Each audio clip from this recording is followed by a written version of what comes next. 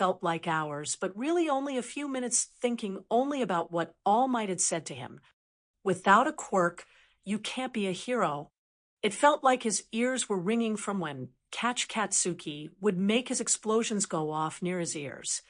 Do I actually take his advice here and just jump off? He thought for a moment before shaking his head. No, I should head home. Maybe talk to Mom, I don't know. He was so absorbed in his thoughts that he didn't even register the explosions in the distance opposite the way he was going. He continued to walk home, even as the ringing in his ears kept getting louder and louder as the world seemed to fade around him as he stared at his own front door.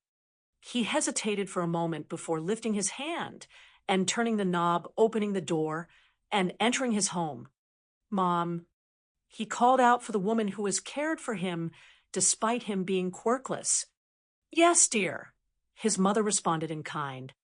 Much like Izuku, Inko Midoriya had green hair and eyes with a round face, although unlike her son, she had no freckles upon her cheeks.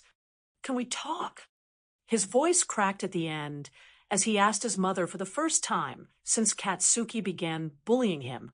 He told her everything, even showing her the scars he is adorning his skin, and he can't help but begin to cry as he keeps telling the story of his own personal hell that he has been living for the past 10 years as his vision blurred, and his hands shook as he began talking about today with being singled out by his teacher for wanting to apply to UA to his entire class, to Katsuki telling him to jump off a roof and hope for a quirk in the next life, to All Might telling him he can't be a hero.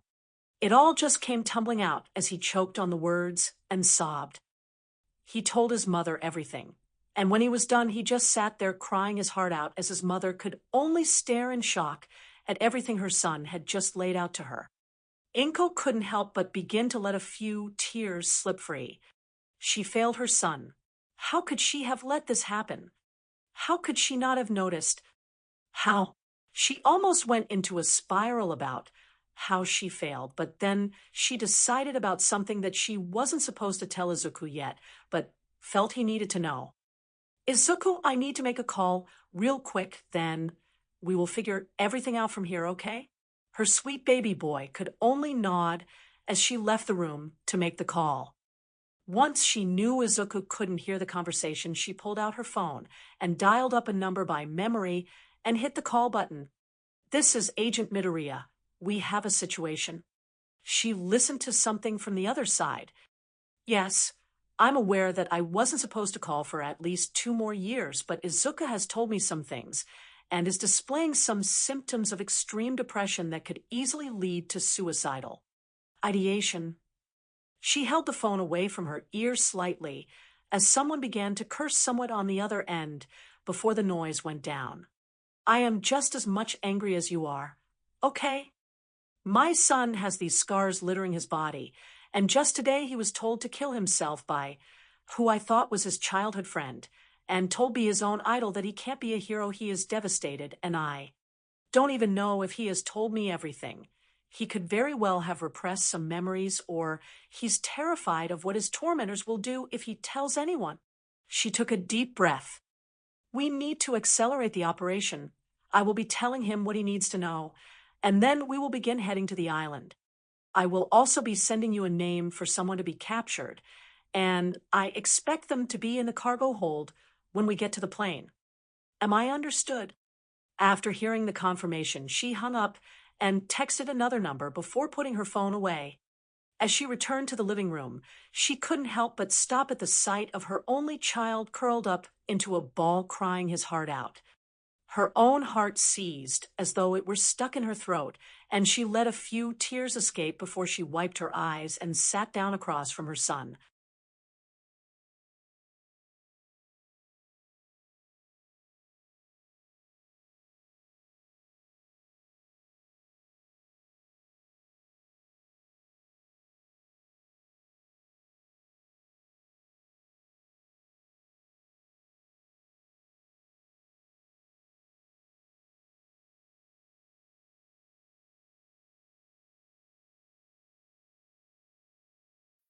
Calling all sellers. Salesforce is hiring account executives to join us on the cutting edge of technology.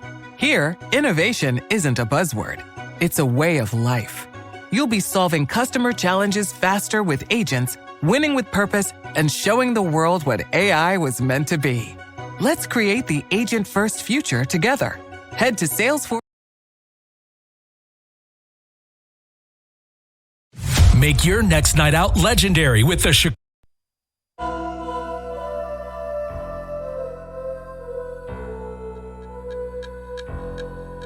The Raven.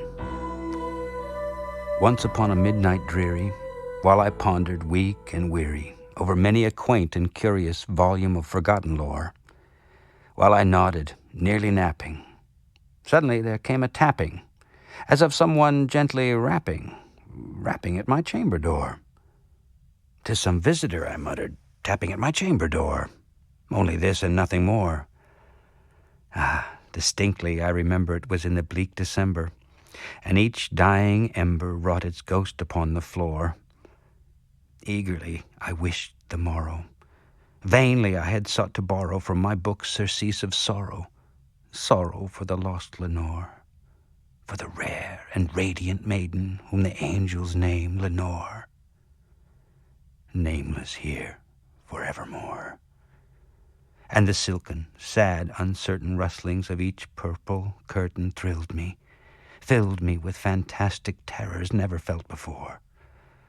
So that now, to still the beating of my heart, I stood repeating, "'Tis some visitor entreating entrance at my chamber door, some late visitor entreating entrance at my chamber door. This it is, and nothing more." Presently my soul grew stronger, hesitating then no longer. "Sir," said I, or "Madam, truly your forgiveness I implore. But the fact is I was napping, and so gently you came rapping, and so faintly you came tapping at my chamber door, that I scarce was sure I heard you." Here I opened wide the door. Darkness there, and nothing more. Deep into that darkness peering, long I stood there wondering, fearing, doubting, dreaming dreams no mortal ever dared to dream before. But the silence was unbroken, and the stillness gave no token, and the only word there spoken was the whispered word, "Lenore." This I whispered, and an echo murmured back the word, "Lenore." Merely this and nothing more. Back into the chamber turning, all my soul within me burning, soon again I heard a tapping, somewhat louder than before. "Surely," said I, "surely that is something at my window lattice. Let me see then what thereat is, and this mystery explore. Let my heart be still a moment, and this mystery explore. 'Tis the wind and nothing more." Open here I flung the shutter, when, with many a flirt and flutter, in there stepped a stately raven of the saintly days of yore. Not the least obeisance made he, not a minute stopped or stayed he, but with mane of lord or lady, perched above my chamber door, perched upon a bust of Pallas, just above my chamber door, perched and sat, and nothing more. Then this ebony bird, beguiling my sad fancy into smiling, by the grave and stern decorum of the countenance it wore, "Though thy crest be shorn and shaven, thou," I said, "art sure no craven. Ghastly, grim, and ancient raven, wandering from the nightly shore, tell me what thy lordly name is on the night's plutonium shore." Quoth the raven, "Nevermore." Much I marveled this ungainly fowl to hear discourse so plainly, though its answer little meaning, little relevancy bore. For we cannot help agreeing that no living human being ever yet was blessed with seeing bird above his chamber door, bird or beast upon the sculptured bust above his chamber door, with such a name as Nevermore. But the raven, sitting lonely on the placid bust, spoke only that one word, as if his soul in that one word he did outpour. Nothing farther than he uttered, not a feather than he fluttered, till I scarcely more than muttered, "Other friends have flown before. On the morrow he will leave me, as my hopes have flown before." Then the bird said, "Nevermore," startled at the stillness broken by reply so aptly spoken. "Doubtless," said I, "what it utters is its only stock and store, caught from some unhappy master whom unmerciful disaster followed fast and followed faster, till his songs one burden bore, till the dirges of his hope that melancholy burden bore of never, nevermore." But the raven still beguiling all my fancy into smiling, straight I wheeled a cushioned seat in front of bird and bust and door. Then, upon the velvet sinking, I betook myself to linking fancy unto fancy, thinking what this ominous bird of yore, what this grim, ungainly, ghastly, gaunt, and ominous bird of yore meant in croaking "Nevermore." This I sat engaged in guessing, but no syllable expressing to the fowl whose fiery eyes now burned into my bosom's core. This and more I sat divining, with my head at ease, reclining on the cushion's velvet lining that the lamplight gloated o'er, but whose velvet violet lining with the lamplight gloating o'er she shall press, nevermore. Then, methought, the air grew denser, perfumed from an unseen censer, swung by seraphim whose footfalls tinkled on the tufted floor. "Wretch," I cried, "thy God hath lent thee, by these angels he hath sent thee, respite, respite and nepenthe from thy memories of Lenore. Quaff, oh, quaff this kind nepenthe, and forget this lost Lenore." Quoth the raven, "Nevermore." "Prophet," said I, "thing of evil, prophet still, if bird or devil, whether tempter sent or whether tempest tossed thee here ashore, desolate yet all undaunted on this desert land enchanted, on this home by horror haunted, tell me truly, I implore, is there balm in Gilead? Tell me, I implore." Quoth the raven, "Nevermore." "Prophet," said I, "thing of evil, prophet still, if bird or devil, by that heaven that bends above us, by that God we both adore, tell this soul with sorrow laden, if within the distant Aidenn it shall clasp a sainted maiden whom the angels name Lenore, clasp a rare and radiant maiden whom the angels... Be that, get thee back into the tempest and the night's plutonium shore. Leave no black plume as a token of that lie thy soul hath spoken. Leave my loneliness unbroken. Quit the bust above my door. Take thy beak from out my heart, and take thy form from off my door." Quoth the raven, "Nevermore." And the raven, never flitting, still is sitting on the pallid bust of Pallas just above my chamber door. And his eyes have all the seeming of a demon's that is dreaming, and the lamplight o'er him streaming throws his shadow on the floor. And my soul from out that shadow that lies floating on the floor shall be lifted nevermore.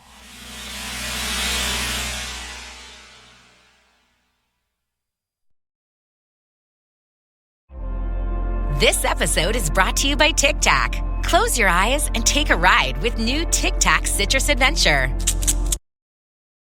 This podcast is sponsored by Talkspace. You know when you're really stressed or not feeling so great about your life or about yourself? Talking to someone who understands can really help. But who is that person? How do you find them? Where do you even start? Talkspace. Talkspace makes it easy to get the support you need. With Talkspace, you can go online, answer a few questions about your preferences, and be matched with a therapist. And because you'll meet your therapist online, you don't have to take time off work or arrange childcare. You'll meet on your schedule, wherever you feel most at ease. If you're depressed, stressed, struggling with a relationship, or if you want some counseling for you and your partner, or just need a little extra one-on-one support, Talkspace is here for you. Plus, Talkspace works with most major insurers, and most insured members have a $0 copay. No insurance? No problem. Now get $80 off of your first month with promo code SPACE80 when you go to Talkspace.com. Match with a licensed therapist today at Talkspace.com. Save $80 with code SPACE80 at Talkspace.com.